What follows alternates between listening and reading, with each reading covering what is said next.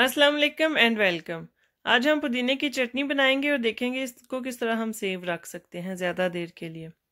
सबसे पहले हम पुदीने के पत्ते अलग कर लेंगे क्योंकि इसकी डंडियाँ बहुत मोटी होती हैं तो वो हम यूज़ नहीं करेंगे, उनको हम वेस्ट कर देंगे। पत्ते सारे उतार के हम उनको बहुत अच्छी तरह वॉश कर लेंगे, थोड़ी देर पानी में डीप रखेंगे तकरीबन 5 मिनट।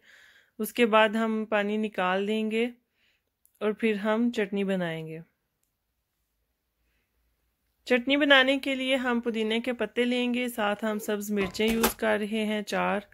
इसमें हम 1 टीस्पून नमक भी ऐड कर लेंगे। हम इसको ग्राइंडर में डाल देंगे।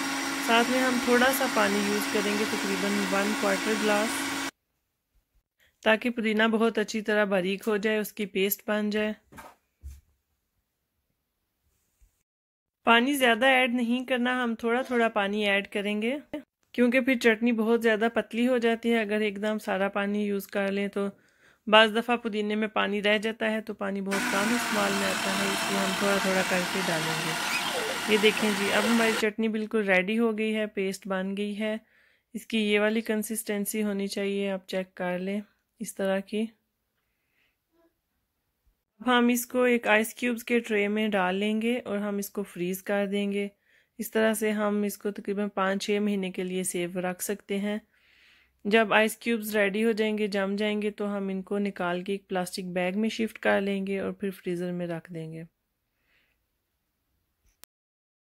इस तरह से हम चटनी को तकरीबन 5-6 महीने के लिए सेव रख सकते हैं। इसका कलर भी बिल्कुल ख़राब नहीं होता, ग्रीन ही रहता है।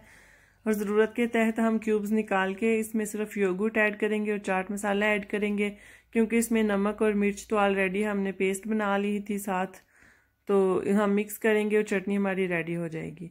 आई होप आपको ये वाला तरीका अच्छा लगा होगा चटनी सेव रखने का। अगर आपने मेरा चैनल अभी तक सब्सक्राइब नहीं किया तो प्लीज़ कर लीजिए, लाइक करें, शेयर करें, कमेंट करें।